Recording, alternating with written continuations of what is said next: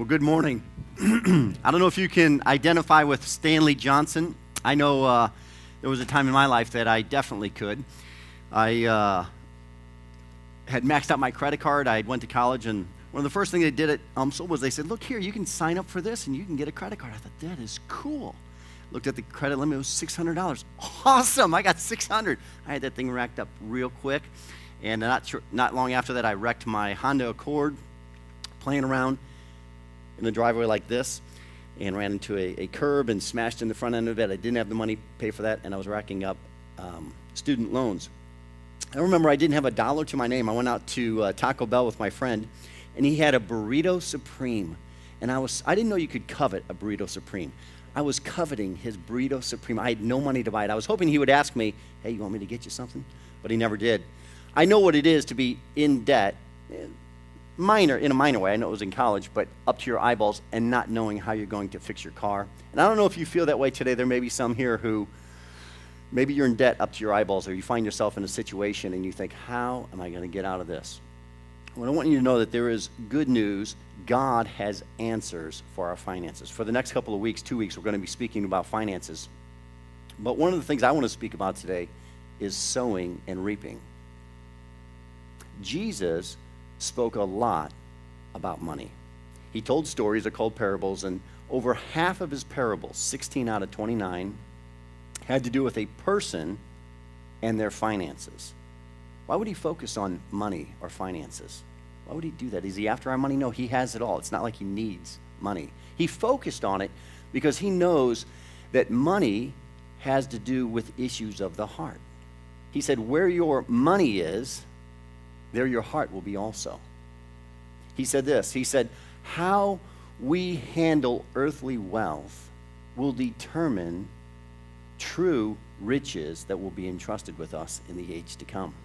How I handle my paycheck and paying my bills will determine whether I'm entrusted with anything in the age to come. He said, if a person is faithful with a little, now here's good news. It doesn't matter how much we have. The question is, what do we do with what we have? He said, if a person is faithful with a little, he said, I can entrust them with much. If you're faithful with just one talent, I'll put you in charge of cities. He said, because he understands that money has to do with the heart. The Bible has over 700 direct references to money. Why would God focus on money so much? Well, I believe one of the reasons is because he loves us and he wants us blessed. And he knows that finances are a key to enjoying life. And as a good father, he wants us to understand how to use resource. I am blessed to be the father of 5. And I know with my children, I want them blessed. So, my oldest is 20. For 20 years, I've been teaching him lessons. If you're a parent, you're doing the same thing with your children. Why? Because I don't want him to go the stupid way. I want him to go the right way, because I know there's pain down that road and there's blessing down this road. Any parent can identify with that? You want them to know. So the things about finances, I've taught my children. Why? Because I want their money. I don't want their money. I don't need their money. But I want them blessed. And I know that there are principles in the Bible that if followed, the result is that God is honored and we are blessed. And so we're going to look at that today. I want to look specifically at what Jesus said about sowing and reaping. It's in Luke chapter 6 and verse 38. It's the principle of sowing and reaping. I was mentioning this to a person this week, and he said, as soon as I hear that, my mind runs to the negative. He said, I grew up in the Baptist church, and in Sunday school, whenever it was taught on sowing and reaping, he said it had a negative connotation. It was, you better not do that. You're going to reap what you sow. But the Bible has such a positive spin, a positive take on sowing and reaping. And this is what Jesus said in Luke chapter 6 and verse 38. Jesus said, give and it will be given to you. A good measure, pressed down, shaken together, and running over will be put into your lap. For with the measure you use, it will be measured back to you. Jesus said, give, and it'll be given back to you. Or you could say, sow and reap. If you sow, you will reap. You got to understand that Jesus taught this in the midst of the greatest sermon that has ever been preached in the history of mankind. It was the Sermon on the Mount, and he was talking to a crowd of probably about 5,000 people, and they were people who were farmers and shepherds. And he said, why do you worry about what you're going to wear or what you're going to eat? He said, your Father in heaven, he knows you need those things. He'll provide for you. But then he gave a key how we are to receive the blessing from the Lord. And he said this, he said, give, and it'll be given back to you. Now that doesn't make sense. In worldly thinking, it doesn't make sense if I need something, I give. That doesn't make sense. But you see this whole concept of sowing and reaping, it is true. God has woven it into the very fabric of creation. Think about it. The farmer who goes out here to this field, he totally believes this principle. Farmers are people, in my opinion, they have the greatest faith. Because they'll have a basket of seed, basket of corn, let's say. They could eat it. Their family needs food, don't they? He needs to feed them. But he's a person of faith. He goes out to the field and he sows a bushel of corn. Why? Because he knows the principle. If I put this little corn in the ground, I give it enough time, I let God rain on it, I let God send sunshine on it. If I give it enough time, it will produce a harvest for me. And I don't know how many little bits of corn there are on an ear of corn. I'm sure there's probably 50 or 100, I don't know. But he sows one seed and he gets an entire ear of corn back. That takes faith. But that is the principle of sowing and reaping. It's in all of life. If you sow corn, you reap corn. If you sow an apple seed, you get an apple tree. If you sow nothing, you reap nothing. The Apostle Paul said, if you sow sparingly, you reap sparingly. If you sow generously, you reap generously. Let me give you an illustration of this. The power of sowing and reaping that God has sowed into creation. Okay, this is an apple, right? Okay, inside the apple, hey, that didn't work. There's no seeds in there. That is a terrible illustration. Okay, I'm sure okay, pretend with me for a moment. There's like 3 or 4 seeds. Can you see them? Who makes an apple without seeds? Hey, that's not fair. There were no seeds in there. Okay, well, I should have cut it all the way through. I just cut it through kind of so it wouldn't go brown. Okay, so there's seeds in here, right? And you take a little bitty seed out. It's about this big. Can you see it? It's tiny, right? Everything is in this seed that is needed for a tree to grow. Everything. God's put it all. That's genius. How much wisdom must he have? There is nothing that man has ever created in all of his ingenuity. I love this iPad. It's very cool. But I have yet to see Apple create a little bitty chip that I stick in the ground and I wait 9 months or a year and I get a new iPod or a new iPhone. That would be awesome, but that's what God does. And it's all around us. We just don't realize it. We don't think about it. But it's in everything we eat. It's in the seed. You could even think about reproduction. A little seed, everything is in there to create a human. It's staggering. It is the power that's in a seed that is sown. But the key is you got to sow it. If I have an apple seed here and I hang on to it, it'll only be a seed. But if I put it in the ground and I give enough time and God shines down his sun and the rain on it, give it time, it'll produce a tree that'll produce hundreds of these season after season. But usually as humans, we don't believe that. We're like, no, that money of mine will be better in my pocket. And God says, no, you don't understand. It's in the very fabric of creation. Sow and you will reap. Give and it'll be given back to you. So there's a few principles that I want to speak on sowing and reaping to help give us faith. I was talking to my wife about this the other day, and she said, basically, I'm preaching a message on faith. I said, yes, I am. I am teaching us, I want to help us for our faith to rise, to see how God, the plan he has put in place for us to be blessed as his children. So 3 things I want to speak on briefly. Number 1 is this. For us to understand sowing and reaping, it begins with understanding everything belongs to God. It's all his. I have a car. I may think, well, I paid for it, it's mine. But, it's 9 years old right now. In 20 years from now, I'm sure it's going to be in a junk heap somewhere. Probably melted down. Probably it'll become a steel beam in some bridge somewhere. So yeah, I may own it now, but in reality, I don't own it. I'm just using it right now. I'm a steward of it. Psalm 24 says this: "The earth is the Lord's and everything in it." Do you know the clothing you wear really doesn't belong to you? According to the Bible, it belongs to God. And it's true, because probably 20 years from now, you're not going to be wearing those socks. I hope you're not. They're probably going to be disintegrated somewhere in the earth. Who owns the earth? The Lord. Where did those socks come from? The earth. Everything that we have actually belongs to the Lord. He owns it all. I'll give you an illustration of this.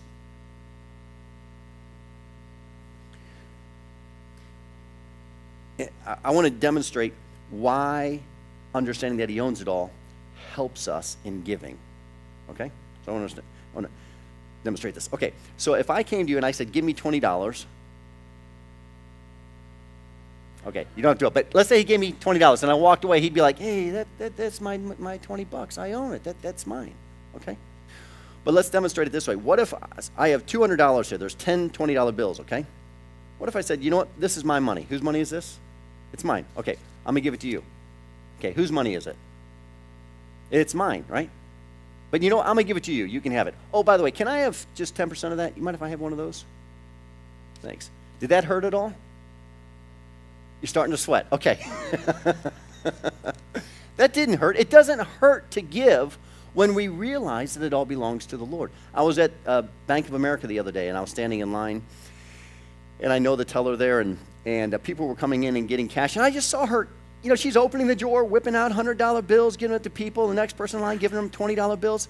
And I thought to myself, I wonder, she's so flippant with this money. She's doing with it what she's told to do. I wonder if when she goes to the grocery store, is she like pull out and just like whip out and just happy to give out, or is she more hold on to it a little more? I bet she holds on to it a little more. Why? Because she owns that. But at the bank, she doesn't own it. She's just a steward of it. And a proper understanding of finances to understand we are stewards of what God gives us. We are not owners of it. If we can get our mind around that, it helps us to be wiser with the money. Because then, maybe you receive a raise at work, and instead of thinking, ooh, let's see, I think I could get a new car with that. Man, that's about the size of a payment. I remember when I used to get raises, I would think, let's see, I wonder if I could just, like with that and a little bit of extra over here, I could get a new car. I get a new car payment. That's how my mind ran until some guy challenged me on that. And he said, you know why God's not going to give you a raise? I said, why is that? He said, because you're just going to go deeper in debt with it. He said, the next time you get a raise, you ought to pause and say, God, what do you want me to do with this? It's your money. What do you want me to do with it? And it changed my thinking. It made me begin to think about all that I have and say, what do you want me to do with it? And the beauty of it is, if it's God's, then it's his responsibility to pay the bills. Honestly. If you don't have enough to pay your bills, when we understand that it's God's money, we say, okay, Lord, I've got this much. I need that much. What am I going to do? I will pay your bills, Lord, for you, for this house. And the Lord might say, well, you shouldn't have bought a mansion. You should downsize a little bit. That's a different message. But anyway, it's important that we understand that God owns everything. And when we understand he owns everything, it's easier to give. It's easier to do with our finances what he tells us to do with it because it's not ours. It belongs to him. The second thing that I want to mention about sowing and reaping is talking about the very first thing that God teaches us to do with money. The very first thing, the starting point of handling money is this. God says, 100% is mine, but what I require of you is 10% back. That's the starting point. You say, ouch, hang on, it's getting a little hot in here. Now I'm really sweating. But we have to understand, if God owns everything, he has the right to dictate the terms of it. And he says, you keep 90%, give me 10%. Why would he require 10%? Does he need money? He doesn't need money. Tithing, or giving 10% back to God, has to do with trust. It's all about trust. Do we trust God? Do we really believe it's his? And if we do believe it, will we trust him with it? There's the story of a young man named William, true story, about 100 years ago. I believe he was born in Ohio to a very impoverished family, and they barely had enough money to put food on the table. So at the age of 15, he decided to leave home to alleviate some of the burden on the family, and he took a riverboat, and he was headed to New York. And on the riverboat, the captain began to take an interest in him, and the captain talked to him, and actually the captain spoke to him about Jesus, and he led him to Christ. And there on the riverboat, William dropped to his knees and received Christ. And as they were nearing New York, the riverboat captain was asking him, so why are you going to New York? He says, I want to become a soap maker. And the captain said, okay. This kid says, I've always desired to just have lots of soap. I guess in his home he didn't have soap, I don't know. And he said, so I want to be a soap maker. The captain said this to him. He said, William, he said, if you will give an honest pound of soap for an honest price and give God 10% of everything you make, God will bless you. And so William took that advice. He hopped off the boat, went to work at a local soap manufacturing company. After a while, he saved enough money to start his own company. And one of the first things he did is he said to his accountant, he said, 10% of everything that comes in here, I want you to give away to the Lord. The accountant said, okay. And the company began to grow. The accountant gave 10% away of everything William made. His company began to grow larger, and William went to the accountant. He said, I want you to start giving 20% away. And then he came in and he said, I want you to give 30% away. And the company continued to grow and grow and grow. You know this man's name. His name is William Colgate Palmolive. He was a man who understood that what I have was given to me by God. And he's allowing me to keep 90%, and he wants me to give 10% back just to say, Lord, I acknowledge you own it all. It came from your hand, and I trust you. And that's what tithing is. God doesn't need our money, but he needs our heart. And money has to do with issues of the heart. I'm so grateful to my dad that when I was in third grade, was the first time I ever earned any money. He was a barber in this strip mall, and the owner of the strip mall asked me if I would shovel. It was snowing like this, but it was like 6 inches of snow, and he said, would you shovel the sidewalk? Which I did. And when I was done, he gave me $10. Man, I thought I was a millionaire.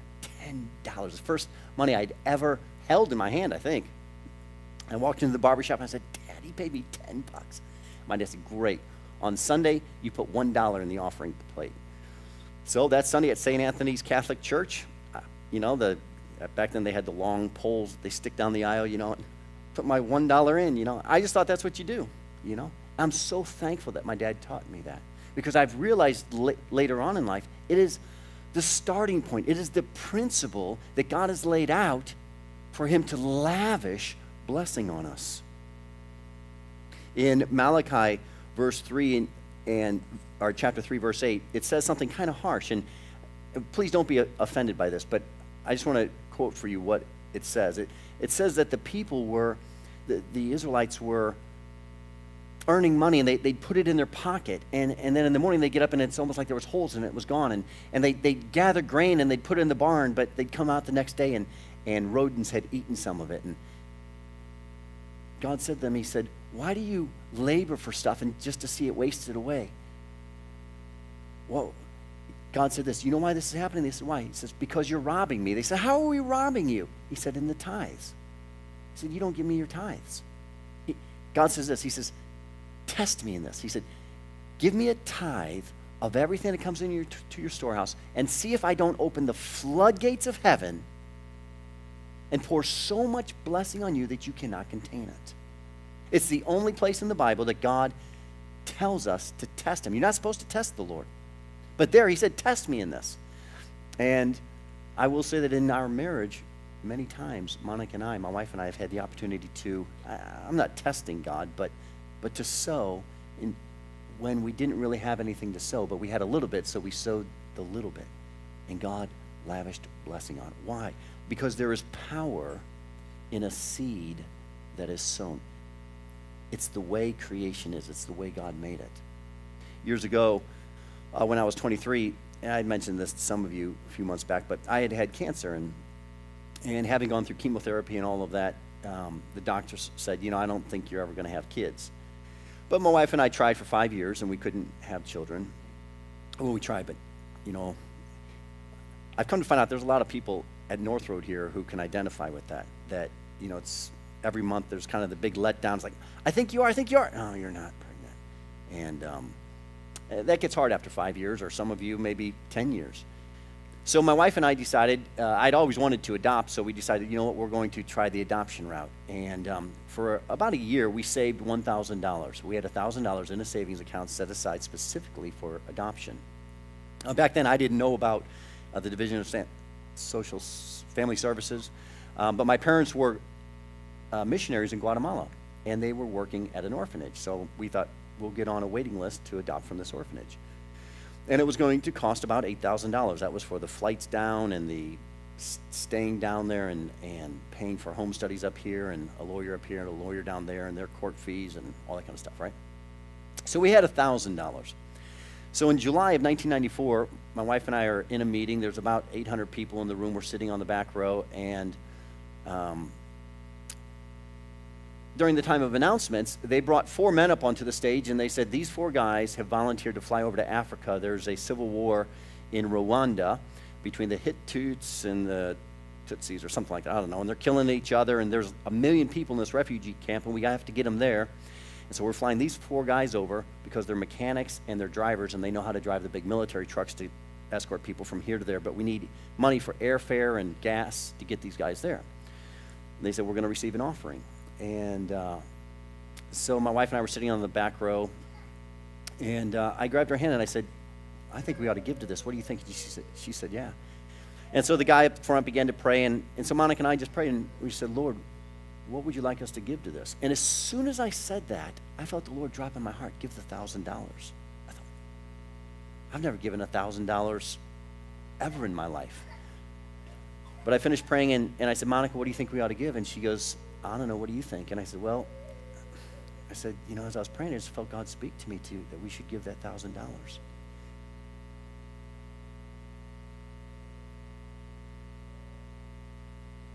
And tears began to roll.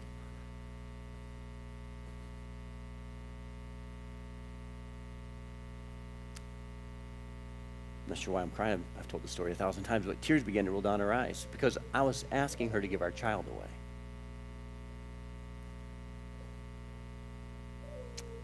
But after time, she said, whatever you think, I'm with you. So we gave the $1,000. And you know, 11 months later, our son was born, Jesse, in Guatemala. It did cost $8,000. Somehow we came up with the money. I don't know how. Well, some people came forward and paid for our flights. My wife, she quit her job because she had to go down there and live with them. And turns out she had $1,500 in a 401k that they were able to give her. And little money here, little money there. And at the end of it, we had him home 9 months after he was born, and God had provided everything. And 3 years later, my son Christian was born.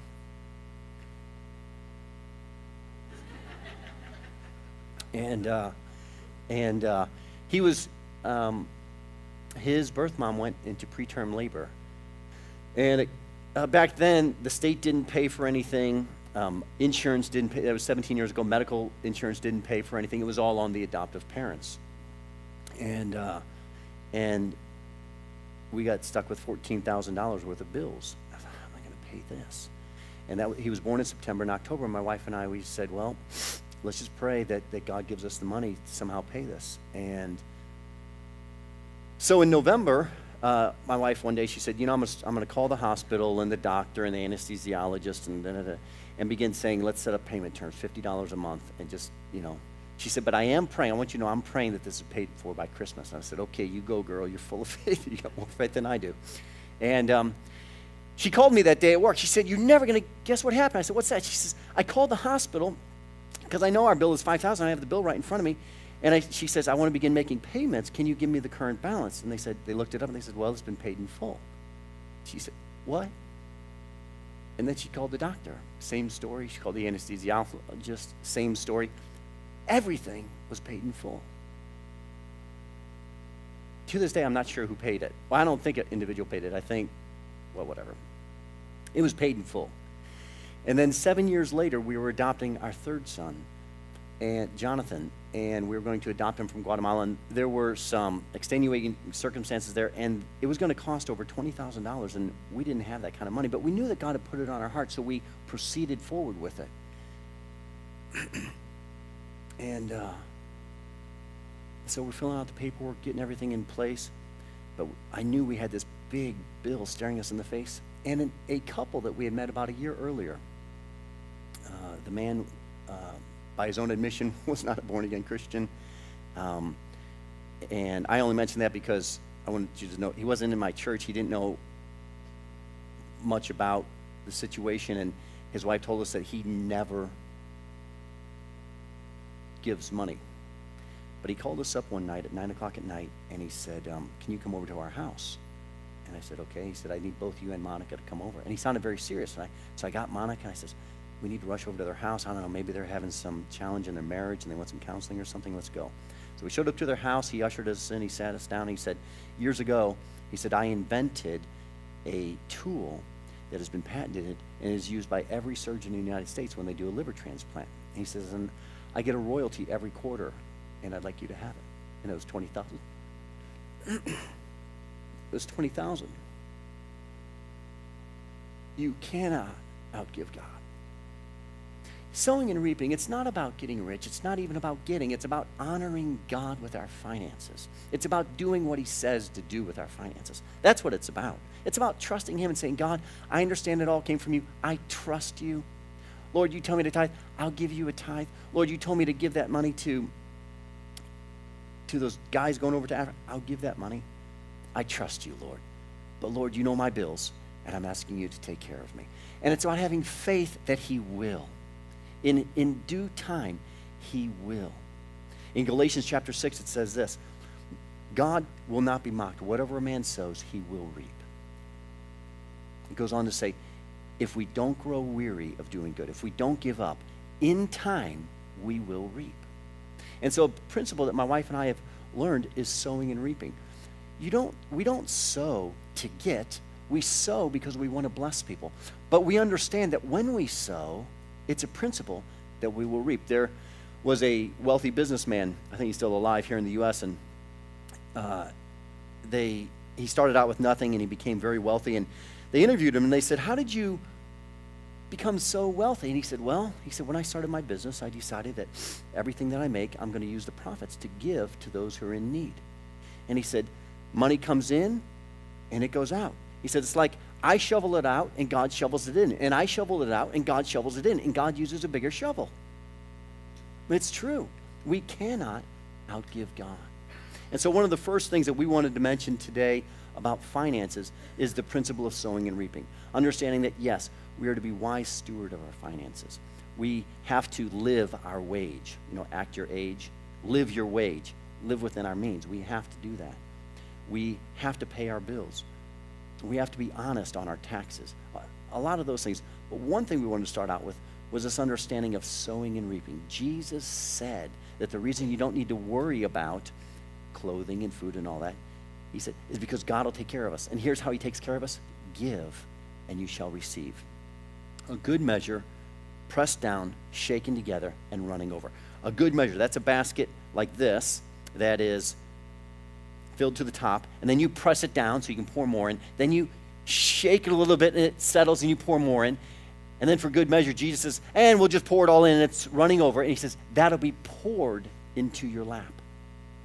This is Jesus Christ. He doesn't lie. It's a principle.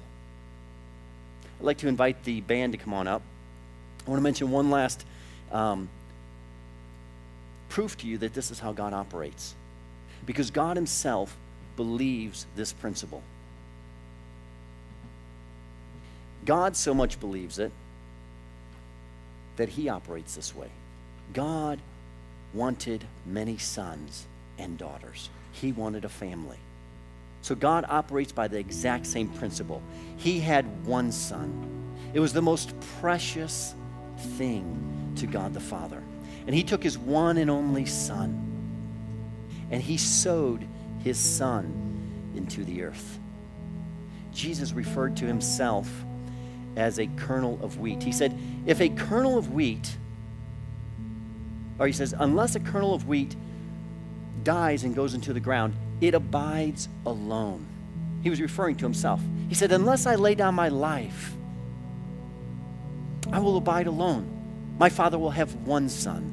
He said, but if I lay down my life and I die, my Father will raise me to life, and it will result in a harvest of sons and daughters for the kingdom. God never asks us to do something that he did not first do himself. He is a God who believes in sowing and reaping. It's how he operates. It's what he does. And he wants us blessed. He wants us to understand his mindset on finances. And so he sent his son who said, give, and it'll be given back to you. And one last thing, he said, it'll be given back to you with the measure that you use. I love that. He didn't say it'll be given back to you based on how much you give. He said with the measure. There was a woman who had 2 pennies. She was a widow.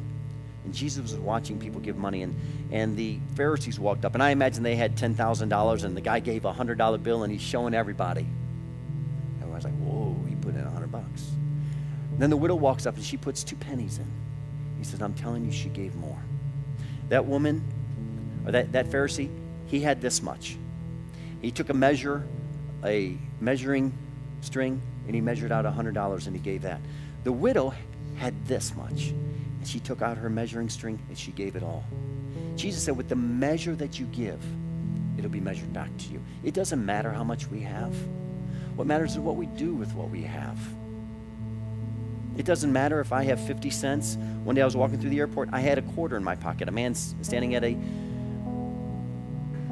payphone, that was back when they had payphones, said, hey man, you got a quarter? I took the quarter out. I said, I give this to you in the name of Jesus.